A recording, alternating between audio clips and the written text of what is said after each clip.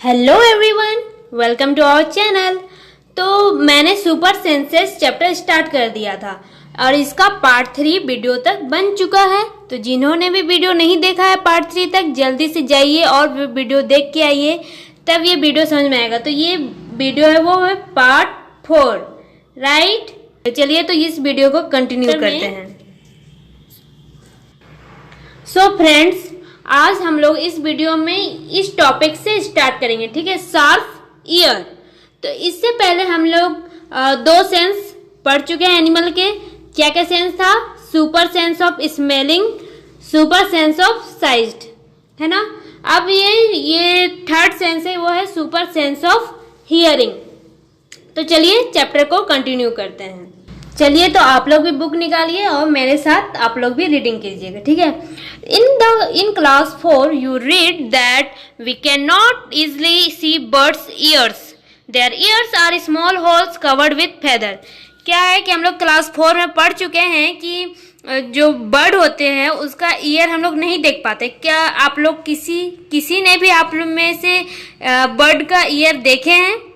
तो कमेंट करके जरूर बताइएगा, ठीक है। तो मैंने तो आज तक नहीं देखा है, क्योंकि उनका जो ईयर होता है वो एक तो स्मॉल होता है, ऊपर से उनका ईयर वो फेदर से ढका हुआ रहता है, ठीक है। उनका ईयर होता है लेकिन वो स्मॉल होता है और फेदर से ढका हुआ रहता है, इस वजह से हम लोग उसके ईयर को नहीं देखे हैं, ठीक है। सो यहाँ देखिए, ठीक है। तो यहाँ पर आप लोग से कुछ क्वेश्चन पूछा गया है, तो उसका आंसर आप लोग को देना है। तो चलिए देखते हैं क्या क्वेश्चन पूछा गया। The names of 10 animals whose ear can be seen. तो ऐसे 10 जानवरों को नाम बताना है जिनका ईयर हम लोग देख सकते हैं, ठीक है। तो चलिए इसका आंसर देखिए। तो इसका आंसर है dog, cow, rabbit, elephant, lion, cat, buffalo, goat, giraffe and mouse. तो इन सब एनिमल के हम लोग ईयर देख सकते हैं।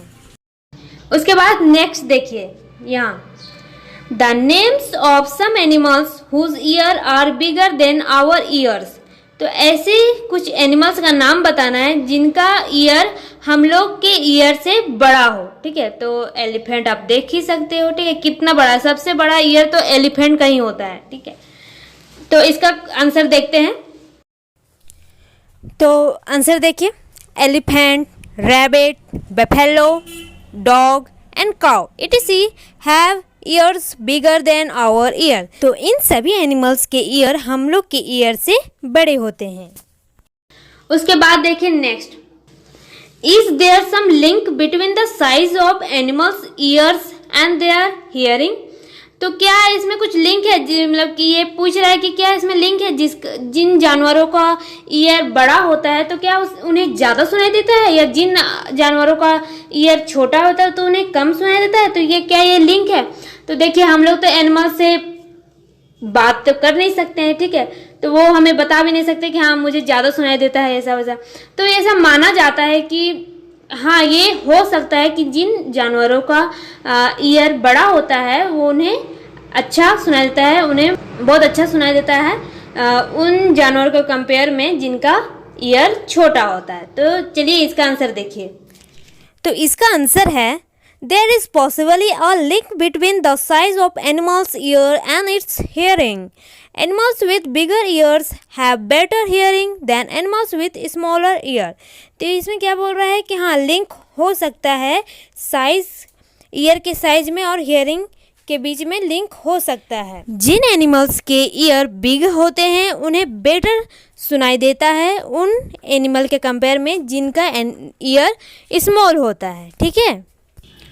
चलिए आगे देखते हैं। तो ये यहाँ पर कुछ एक्टिविटी दिया गया है, तो ये एक्टिविटी आप लोग को करना है, ठीक है। तो चलिए देखते हैं क्या एक्टिविटी है। Try this.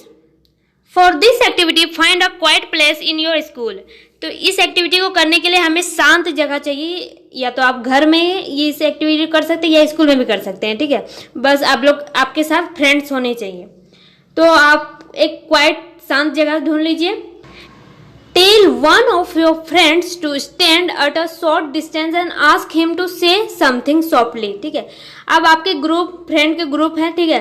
तो उसमें से एक फ्रेंड को बोलिएगा कि आप उस कॉर्नर में खड़े हो जाओ और कुछ बोलो धीरे से, ठीक है। अब आप लोगों को क्या करना है, द रेस्ट ऑफ यू, अब वो तो चली गई, वो धीरे से वो कुछ बोलेगी। अब आप लोगों को क्या करना है कि डिस्टेंस में आप लोग भी चली जाइए और आप लोग को उसे वो जो कुछ भी बोल रही है या बोल रहा है उसे धीरे से सुनने का कोशिश कीजिएगा, ठीक है। वो उसे कान लगा के सुनने की कोशिश कीजिएगा कि आप लोग को सुनाई दे रहा है या नहीं दे रहा है, ठीक है। उसके बाद क्या करना है, then all of you put your hands behind your ear as shown in the picture, ठीक है। ये पिक्चर को देखिए, ठीक है, ये पिक्चर को आप सब देख रहे हैं, बुक खोला है ना। उसके बाद क्या करना है कि इस पिक्चर में कैसे अपने हाथ को अपने कान के पीछे रखना है, ठीक है। और फिर से अपने फ्रेंड को बोलना है कि फिर से बोलो धीरे से, ठीक है।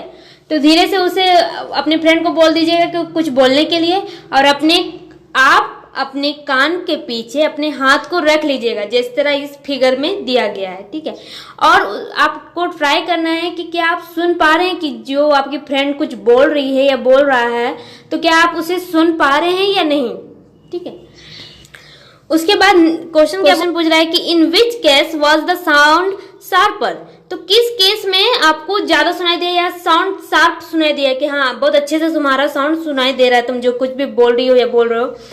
तो किस केस में आपको सुनाई दिया, जब आपने हाथों को कान के पीछे नहीं रखा था तब, या फिर जब आपने रखा तब। तो मोस्टली होता क्या है कि जब हम कान के पीछे हाथ रखते हैं तो हम क्या करते हैं कि अपने सारे जो भी साउंड आता है ना उसे नेग्लेक्ट करके जो साउंड हम लोग को सुनना है उस पे ध्यान सिर्फ रखते हैं, ठीक है। तो इस केस में क्या होगा कि जब हम अब कान के पीछे हाथ रखे हैं उस टाइम हमें ज्यादा शार्प सुनाई देगा, ठीक है। तो आप सबको ये एक्टिविटी करना है और अपने फ्रेंड से भी पूछना है उनको किस कंडीशन में ज्यादा शार्प साउंड सुनाई दिया था, ठीक है।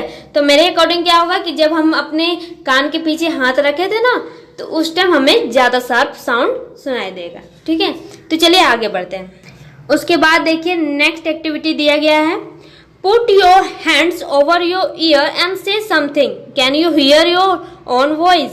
तो क्या करना है, आप अपने कान को हाथों से ढक लेना है, ठीक है, और कुछ बोलना है, ठीक है, कुछ भी बोलना है। और क्या आप अपनी बातों को सुन पा रहे हो कि आप क्या बोल रहे हो, तो ठीक है। तो ये एक्टिविटी आप लोग सब कीजिएगा और मुझे जरूर बताइए कि क्या आप लोग सुन पा रहे हैं या नहीं, ठीक है। तो इस केस में क्या होता है कि जब हम अपने कानों को ढक लेते हैं ना अपने हाथ से, तो हमें अपना आवाज थोड़ा कम सुनाई देता है उसके कंपेयर में जब कोई अगर आपके फ्रेंड या खड़ी है तो उन्हें लगेगा कि आप क्यों इतने जोर से चीख रहे हो, ठीक है। जबकि आपको नॉर्मल से मतलब कि एकदम कम आवाज सुनाई दे रहा हो कि मैं जो भी बोल रही हूँ वो तो मुझे कम सुनाई दे रहा है, तो फिर मतलब कि हम लोग क्या करते हैं कि अपने कान को ढक लेते हैं तो वहाँ साउंड को इंटर होने का बहुत कम चांस हो जाता है, ठीक है। तो इस वजह से हम लोग को वहाँ पर कम साउंड सुनाई देता है, ठीक है। तो चलिए आगे देखते हैं। अब एक और एक्टिविटी दिया गया है, तो चलिए ये इस एक्टिविटी को करते हैं। इसमें क्या करना है, सिट नियर अ डेस्क। तो आपके जैसे कि स्कूल में किस तरह डेस्क होता है ना, तो उसी तरह आपको अगर ये एक्टिविटी आप स्कूल में करना चाहते हो तो वहां कर सकते हो, घर में भी करना चाहते हो तो घर में कर सकते हो। तो वैसे ही कुछ वुडन डेस्क के सामने बैठ जाइए, ठीक है। उसके बाद क्या करना है, टैप द डेस्क। तो डेस्क को ऐसा बजाना है, ठीक है, आपको विथ योर हैंड, अपने हाथों से उस डेस्क को बजाना है, ठीक है। और लिसन केयरफुली, उसके बाद उसे सुनना है कि कैसा साउंड सुनाई दे रहा है, ठीक है। तो लगेगा कि हाँ कुछ ढोलक उलक बजा रहे हैं, ठीक है। उसके बाद देखिए, now put your ear on the desk as shown in the figure. तो इस फिगर को देखिए, ठीक है। तो अपना ये क्या कर रहा है, ये बच्चा इस फिगर में ये बच्चा क्या कर रहा है कि अपने ईयर को डेस्क से लगा लिया है, ठीक है। और उसके बाद क्या कर रहा है कि अपने एक हाथ से उस डेस्क को बजा रहा है, राइट। आप फिगर में आप देख रहे हो, आप जिस तरह फिगर में देख रहे हो ना उसी तरह एक्टिविटी करना है, ठीक है। और एक हाथ से उस डेस्क को बजाना है और कान लगाए हुए रखना है, ठीक है, डेस्क से। और उसके बाद हमें साउंड सुनना है कि कैसा साउंड आ रहा है, ठीक है। तो आप सब ये एक्टिविटी कीजिएगा। और मैं बचपन में इस एक्टिविटी को बहुत की हूँ, ठीक है। और जितने भी स्कूल लाइफ में होते हैं हर कोई इस एक्टिविटी को आप लोग में से सबने किया ही होगा, ठीक है। तो ये कॉमन सी एक्टिविटी है, इसमें कुछ ज्यादा कुछ करना नहीं है। उसके बाद देखिए, Was there any difference in the sound of the tap? तो क्या आप लोगों को कुछ डिफरेंस सुनाई दिया? डिफरेंस लगा कि क्या जब हम लोग कान लगाए तो कैसा साउंड सुनाई दे रहा था, जब हम लोग कान नहीं लगाए थे तब कैसा साउंड सुनाई दे रहा था? तो क्या डिफरेंस आप लोग को लगा? तो इसमें क्या डिफरेंस है ना कि जब हम लोग अपने कान को डेस्क से लगाते हैं ना तब क्या होता है कि हमें साउंड शार्प सुनाई देती है, ठीक है। बहुत वहां पर क्या होता है कि थोड़ा वाइब्रेशन भी होती है। जिस बेंच में हम लोग अपने हाथों से टैप टैप कर रहे थे बेंच को, तो उसमें कुछ वाइब्रेशन भी होती है, ठीक है। तो वो वाइब्रेशन भी हम लोग को सुनाई देती है, इस वजह से हम लोग का साउंड वो शार्प सुनाई देता है, ठीक है। और जब हम लोग कान नहीं लगाए थे डेस्क से तो हमें साउंड नॉर्मल सा सुनाई दे रहा था, है ना। तो ये एक्टिविटी सब कॉमन है और आप लोग सब किए ही होंगे। तो जिन्होंने भी ये अपने स्कूल लाइफ में किया है तो आपने बताओगे कि आप लोगों ने किया था कि नहीं। पहले इस एक्टिविटी को देखने से पहले आप लोगों ने ये एक्टिविटी किया था कि नहीं, ठीक है। तो चलिए आगे देखते हैं। अब इस लाइन को पढ़िए, this is how snacks here, ठीक है। तो इसी तरह स्नैक्स भी इसी तरह सुनते हैं, क्योंकि स्नैक का क्या होता है कि कान तो होता नहीं है, ठीक है। तो उनके पास कान होते नहीं है, तो वो जब जमीन में रेंगते हैं ना तो उन्हें भी इसी तरह का वाइब्रेशन सुनाई देता है। अगर दूर से कोई चल के आ रहा है, कोई इंसान चल के आ रहा है तो उन्हें पता चल जाता है कि अर्थ में कुछ वाइब्रेशन हो रहा है, इसका मतलब कोई इंसान आ रहा है, ठीक है। तो they do not have external year which you can see, तो उनके पास एक्सटर्नल ईयर नहीं होता है जो हम लोग नहीं देख पाते हैं, ठीक। They only feel the vibration on the ground, तो ये वाइब्रेशन को ही फील करते हैं और वो उसे पता चलता है कि हाँ उनके लिए कुछ खतरा है या कुछ हो, तो उनसे उन्हें वाइब्रेशन से ही पता चलता है, ठीक है। तो ग्राउंड में कुछ भी होता है तो उन्हें उन वाइब्रेशन से ही पता चलता है। तो स्नेक के पास ईयर नहीं होता, वो वाइब्रेशन के हेल्प से ही वो जान पाते हैं कि कोई खतरा है या नहीं। नेक्स्ट है टॉपिक साउंड्स एंड मैसेजेस। तो इस टॉपिक में हम लोग क्या पढ़ेंगे कि एनिमल्स, कुछ एनिमल्स ऐसे होते हैं जो यूनिक से साउंड निकालकर वो अपने फ्रेंड्स को मैसेज देते हैं, ठीक है। तो चलिए पढ़ते हैं। High up on a tree, a langur warns other of danger like a tiger or leopard. The langur does this by making a special warning call. क्या बोल रहा है इस लाइन में कि जो लंगूर होता है वो हमेशा ट्री में चढ़ा हुआ रहता है, ठीक है। और वो ट्री में चढ़ने का उसका क्या फायदा होता है, अगर वो दूर से देखता है कि कोई टाइगर आ रहा है या कोई लियोपार्ड आ रहा है, लियोपार्ड मतलब चीता, ठीक है। अगर ये टाइगर या लियोपार्ड आ रहा है तो वो समझ जाता है कि इनसे हमें खतरा है, ठीक है। तो वो क्या करता है अपनी जितना भी फ्रेंड उनके सराउंडिंग में, तो उन्हें क्या करता है एक इसमें स्पेशल वार्निंग बेल बनाता है और उसे वो अपने फ्रेंड को वार्न कर देता है कि हाँ कुछ डेंजर आ रहा है, कुछ खतरा आ रहा है, ठीक है। तो उससे क्या होता है उनके फ्रेंड लोग को हेल्प हो जाता है कि हाँ कुछ हम लोग को अलर्ट हो जाना है या भाग जाना है वहां से, क्योंकि हम लोग के लिए कुछ खतरा आ रहा है। उसके बाद नेक्स्ट लाइन देखिए, birds also give alarm call to warn about the danger. पक्षी जो होती है वो भी इसी तरह अलार्म कॉल बनाती है, देती है सबको कि कुछ खतरा होने वाला है जो हम लोग के लिए खराबी है। Some birds even have different sound for different kind of danger. तो सब कुछ पक्षी ऐसा भी होती है जो डिफरेंट डेंजरस कंडीशन के लिए डिफरेंट साउंड बनाती है, ठीक है। हम लोग के हर एक डेंजर के लिए हर एक अलग साउंड ही वो बनाती है। ऐसे भी कुछ पक्षी होते हैं, जैसे कि एग्जांपल दिया हुआ है, देखिए, there is a different warning call if the enemy is coming from the sky, ठीक है।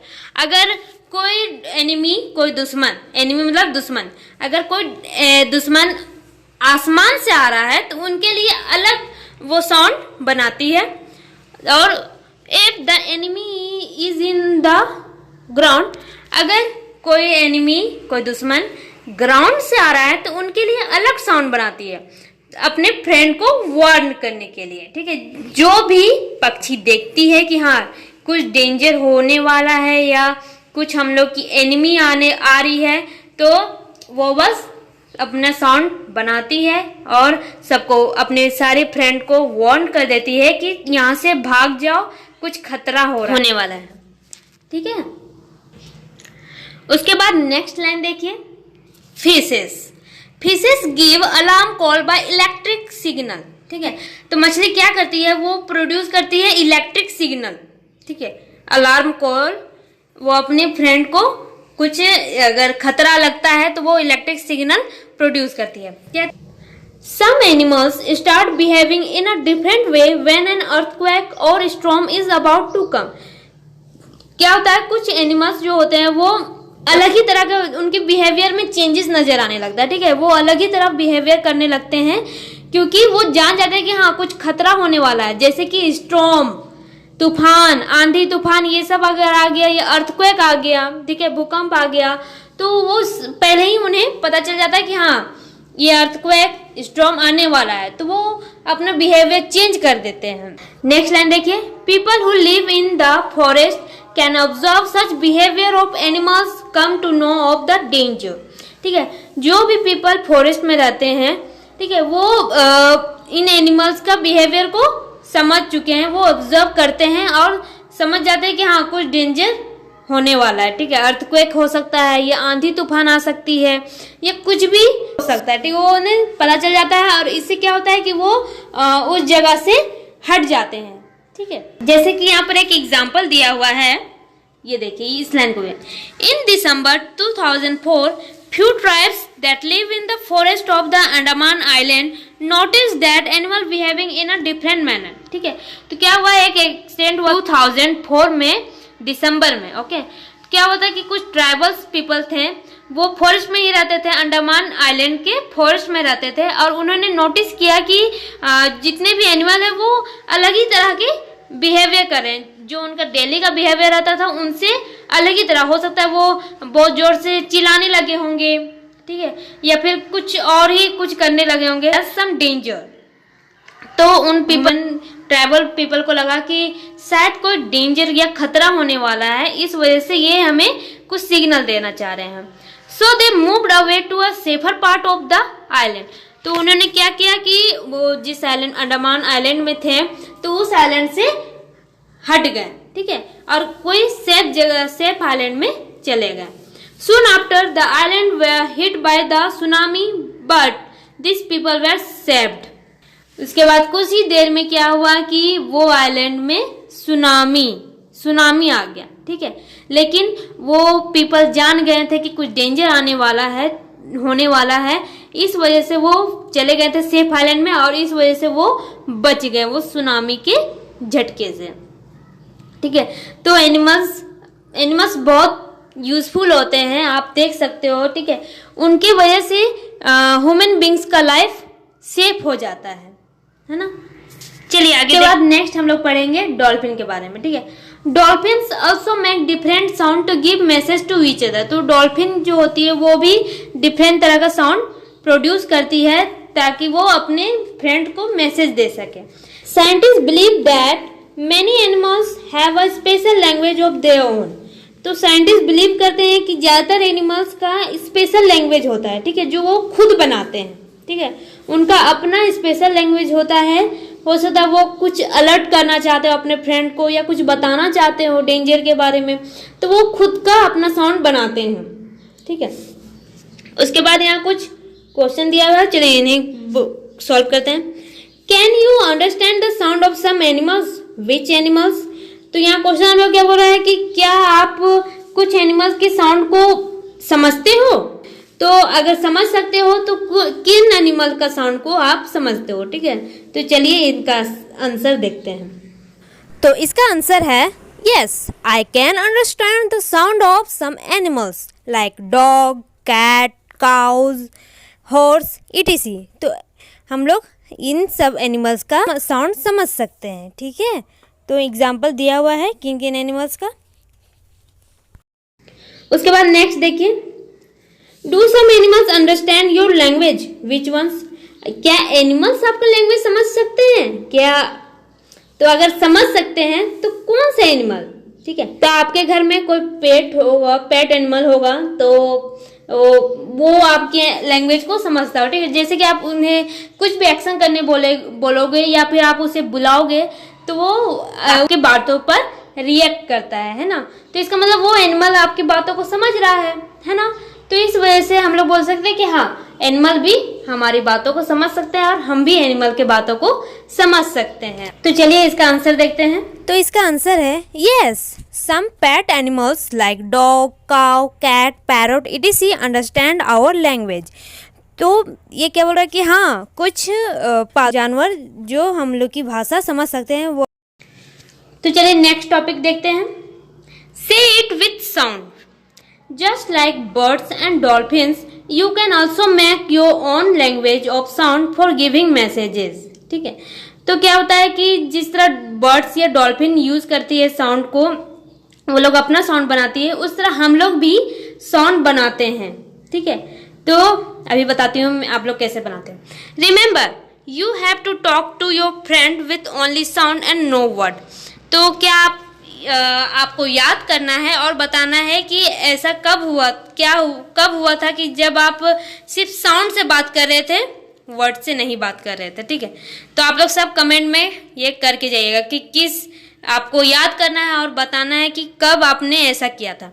उसके बाद देखिए, how and when will you need to give an alarm call. और पूछ रहा है कैसे और कब।